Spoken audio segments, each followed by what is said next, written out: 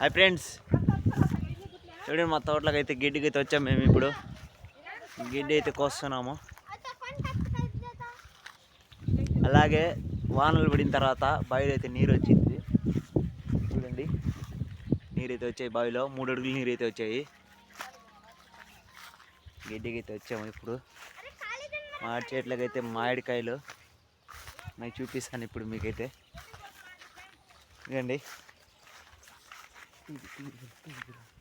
ఇద్దరు ఆపుతుంది ఇంకే.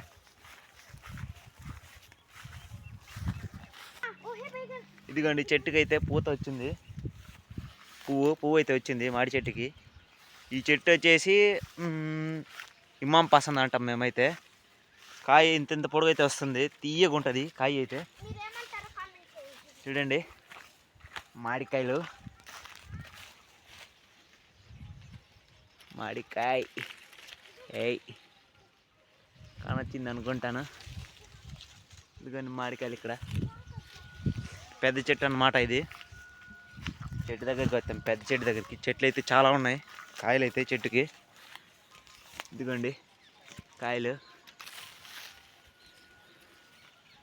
ఫుల్గా ఉన్నాయి చెట్టుకి కాయలు అయితే. ఇంకా అయితే దూరగా అయితే అవ్వలేదు, లేతవి ఉన్నాయి కాయలు అయితే. Boy friends.